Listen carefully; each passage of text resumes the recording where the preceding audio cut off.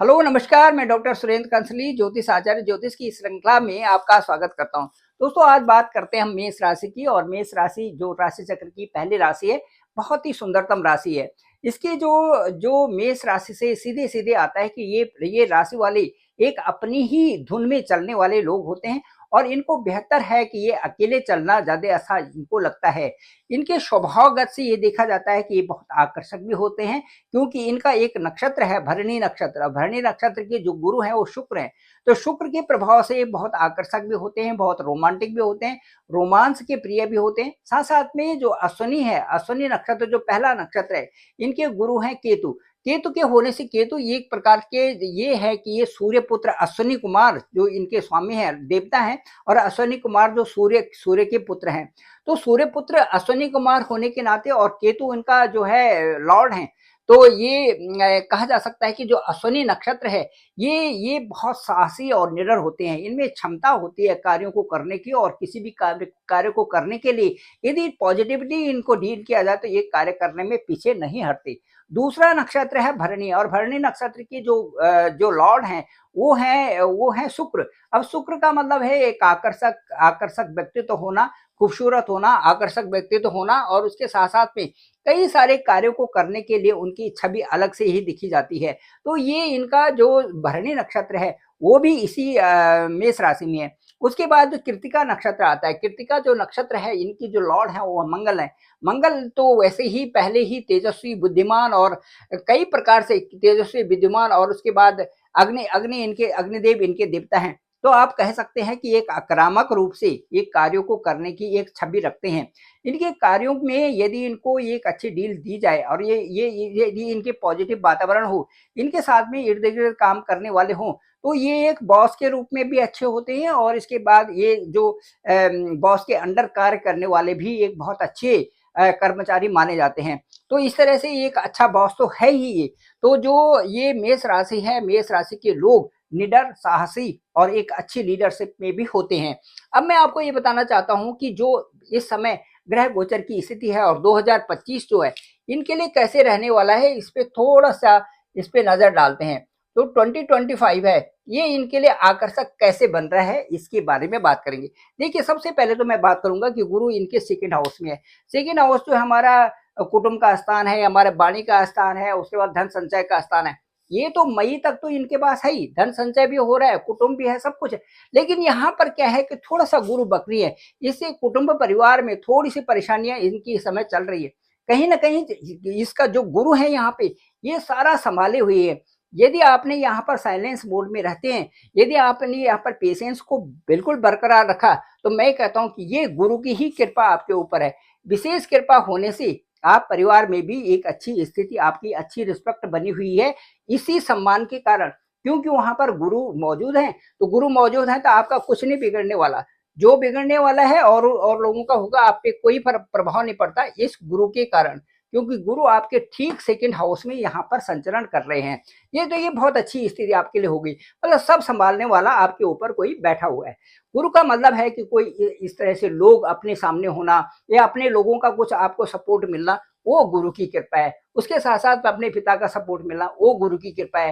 या समाज में कोई गुरु बन के आपके साथ में रहे, वो गुरु की कृपा है। या आपके साथ में कोई कोऑर्डिनेट करे, वो गुरु की कृपा है। ये सब गुरु की कृपा आपको बनी हुई है। मई का फरवरी, जो 4 फरवरी के बाद गुरु मार्गी हो जाएंगे, तो गुरु की बड़ी कृपा आपके ऊपर रहेगी। और इसके फरवरी, मार्च, अप्रैल मई तक जो गुरु इसी स्थान में रहेंगे। उसके बाद गुरु का जो संचरण है वो आपके थर्ड हाउस में हो जाएगा, यहाँ पर पराक्रम के हाउस में। पराक्रम के हाउस में भी यहाँ पर होगा, तो कई प्रकार से आपको कार्यों को सही ढंग से करने के लिए यहाँ पर सद्बुद्धि प्राप्त होगी। इसके साथ साथ में जो गुरु की जो नजर होगी 1 2 3 4 5, ये देखिए आपका वैवाहिक जीवन बहुत सुंदर बन रहा है। 6 7, ये देखिए आपका भाग्य स्थान। 8 9, ये देखिए आपका जो इनकम से संबंधित स्थान है, ये बहुत अच्छी बन रहे हैं। जीवन में जीने के लिए ये 3 स्थान बहुत अच्छे चाहिए। कौन से? एक तो आपका वैवाहिक स्थान, एक आपका भाग्य स्थान और एक आपका इनकम का स्थान। ये तीनों में सामंजस्य है और तीनों हमारे प्रफुल्लित हैं। तीनों का वरदान हमारे साथ में है, इन तीनों हाउसेस का। तो आप ये देखिए, घर भी अच्छा, ऑफिस भी अच्छा और आपका कार्य भी अच्छा। तो जब ये तीनों चीजें अच्छी हो गई तो आपका जीवन अच्छा ही होगा। मुझे लगता है कि जो 2025 आपके लिए आने वाला है, ये वरदान साबित है केवल गुरु की कृपा के द्वारा। गुरु की कृपा आपके पास बहुत बड़ी बनी हुई है। ये सबसे अच्छी बात यही है कि यदि आप बड़ों की रिस्पेक्ट करते हो तो आपको कुछ मिलने वाला तो है ही, पक्का ही है। बाकी ये है कि समय के प्रभाव के कारण यदि ये घर में भी कोई आपके साथ में कोई इस तरह से स्थिति बनती है, लेकिन उस समय आप चुप्पी साधे रहते हो तो अच्छी बात है, क्योंकि पितरों का आशीर्वाद लेना भी जरूरी है। तो पितरों का आशीर्वाद तभी मिलेगा जब आप चुप्पी साधे रहोगे। यदि आपके फादर कुछ बोलते हैं, यदि आपके मदर कुछ बोलते हैं और उस समय आपने पेशेंस बना के रखा, तो आपके पास पितरों की कृपा भी हो गई।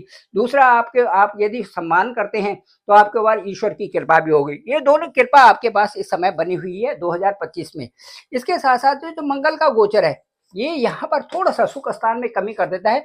कई बार आप जो है अपना ध्यान नहीं रखते तो उसमें सुख स्थान में थोड़ी कमी होती है। हालांकि यहाँ पर मंगल नीच के तो हैं, लेकिन मंगल का जो प्रभाव है इस स्थान पे है, यहाँ पर उच्च की राशि में यहाँ पर देख रहे हैं, तो आपके ऑफिस में कोई प्रभाव नहीं पड़ने वाला। हालांकि थोड़ी बहुत यहाँ पर कुछ ऐसी स्थिति तो आ रही है जिसमें कि आपका वर्क प्रेशर ज्यादा होना, आपके ऊपर कई प्रकार से जिम्मेदारी आना, ये स्वाभाविक है यहाँ पर, क्योंकि मंगल यहाँ पर नीच के और नीच की दृष्टि यहाँ पर उच्च के स्थान को यहाँ पर देखे हुए। हालांकि यहाँ पर आप हर तरह से आप समझदार बन रहे हो और आपका जो कार्य क्षेत्र है वो बिल्कुल ठीक ठाक रहने वाला है। इस पर कोई भी इस तरह से प्रभाव नहीं पड़ेगा। इसके साथ साथ में मंगल इन दोनों हाउसेस में, कभी थर्ड हाउस में, कभी फोर्थ हाउस में, कभी थर्ड हाउस में, कभी फोर्थ हाउस में, ये कैसे हो रहा है? ये बकरी होकर के अभी 21 जनवरी को इधर जा रहे हैं, फिर उसके बाद इधर आएंगे। ये ट्रांजिट है, ये कहीं ना कहीं ये दिखाता है कि मंगल का जो ट्रांजिट है वो ये दिखाता है कि कहीं ना कहीं थर्ड हाउस से भी आपको एक अच्छा बल मिलेगा और फोर्थ हाउस से भी आपके लिए बहुत अच्छी चीजें होने वाली है 2025 में। ये आप देखते रहना। मुझे ऐसा लगता है कि मंगल भी आपके लिए अच्छे इसलिए हैं क्योंकि वो आपके ही लॉर्ड है, आपके ही लगन के लॉर्ड है। चाहे वो थर्ड हाउस में जाए तो वहां पराक्रम बढ़ेंगे, फोर्थ हाउस में जाए तो यहाँ पर भी आपको सुख सुविधाएं आपको देंगे ही देंगे, क्योंकि आपके ही लॉर्ड है। साथ साथ में अष्टम भाव से संबंधित मंगल का यहाँ पर आ रहा है, तो मंगल का अष्टम भाव से संबंधित का मतलब ये है कि घर परिवार में ही कोई न कोई ऐसी समस्याएं रहना जिनका कि समाधान न हो रहा होगा, लेकिन उनका समाधान भी ये देने वाले हैं, उनका समाधान भी आपके साथ में हो जाएगा। चलिए, इसके बाद यदि बात करते हैं फिर इसकी राहु की बात करते हैं। राहु ठीक यहाँ पर जो 12वें स्थान में चल रहे हैं, 12वें स्थान का राहु कहीं कहीं पर थोड़ा सा स्थितियों में जो कई ऐसी स्थितियां आते हैं जहां पर कि डिसीजन सही न ले पाना, या उसमें कोई दखल अंदाजी होना, या किसी तरह से एकदम से कोई परेशानी आ जाना, वो दर्शाता है 12वें स्थान से। इसके लिए थोड़ा सावधान रहने की जरूरत है। इसे ग्रहों का जब पूजन करें तो राहु का पूजन जरूर करना चाहिए आपको, क्योंकि राहु 12वें स्थान में या 8वें स्थान में जब होते हैं तो इनकी जरूर पूजा करनी चाहिए, क्योंकि इनसे संबंधित, पितरों से संबंधित ये चीजें आती हैं। और पितरों के लिए भी अमावस्या को आज कुछ दान कर सकते हैं। यदि 8वें भाव में है, 12वें भाव में है, तो पितरों से संबंधित भी कुछ दान जरूर करना चाहिए अमावस्या के दिन। उससे भी पितर भी शांत होते हैं और उससे हमारी जो प्रोग्रेस है वो रुकती नहीं है। इसके साथ साथ मैं बताऊंगा कि जो सैटर्न का गोचर है, सैटर्न आपके ठीक इस हाउस में है। सैटर्न यहाँ पर है तो यहाँ पर ये लाभ के स्थान में सैटर्न बने हुए है, तो सैटर्न की स्थिति यहाँ पर अच्छी है, बखूबी है, क्योंकि यहाँ पर शुक्र भी उनके साथ में है, शुक्र भी उनके दोस्त है। तो ये 11वां जो स्थान है, जो लाभ स्थान है, ये आपके लिए बहुत सुंदर इस समय योग कारक बना हुआ है। और इससे मुझे लगता है कि आपकी जो इनकम है वो बढ़ोतरी की ही दिशा में है। ये वीनस यहाँ पर है, ये अच्छे हैं, और सैटर्न की भी स्थिति अच्छी है। इसलिए अच्छी है कि ये खुद अपने ही घर में स्वर राशि में बैठे हुए हैं। स्वर राशि में बैठना एक छोटी बात नहीं है। यहाँ कुंडली में उसके पहले ही 50% मार्क्स मिल जाते हैं, साथ में वीनस का भी है, तो ये आपके लिए अच्छा दर्शाता है। अब ये जो सैटर्न है यहाँ पर 12वें हाउस में जाएंगे, 12वें हाउस में जाएंगे तो यहाँ से 12वें हाउस का जाने का मतलब है कुछ खर्चे भी बढ़ेंगे आपके, कई सारी परिस्थितियां भी आपके साथ में बनेंगी।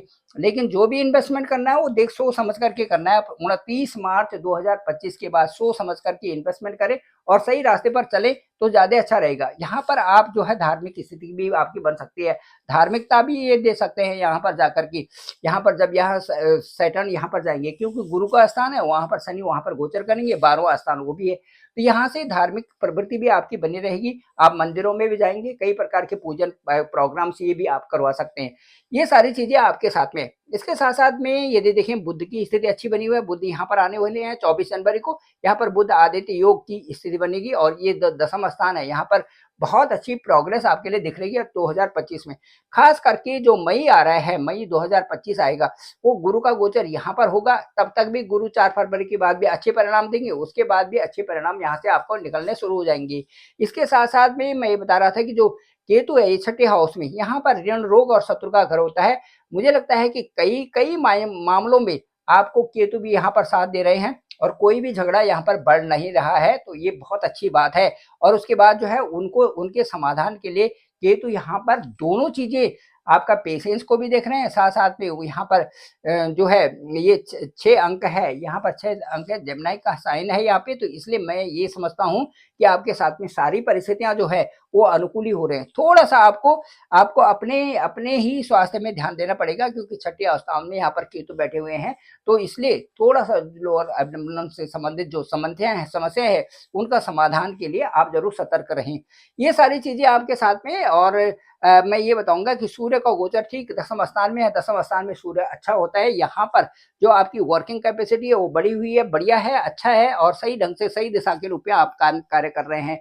ये सारी चीजें मैंने मेष राशि के बारे में कही और मुझे ऐसा लगता है कि 2025 जो है वो मेष राशि के लिए, जो एरीज साइन है उनके लिए बहुत अच्छा रहेगा। जिनके जो नक्षत्र हैं, नक्षत्रों से भी यदि इनको स्वभाव की देखा जाए तो इनका नक्षत्र अश्विनी, भरणी और कृतिका है। अश्विनी के जो स्वामी हैं वो केतु हैं, भरणी के शुक्र हैं और कृतिका के हैं मंगल।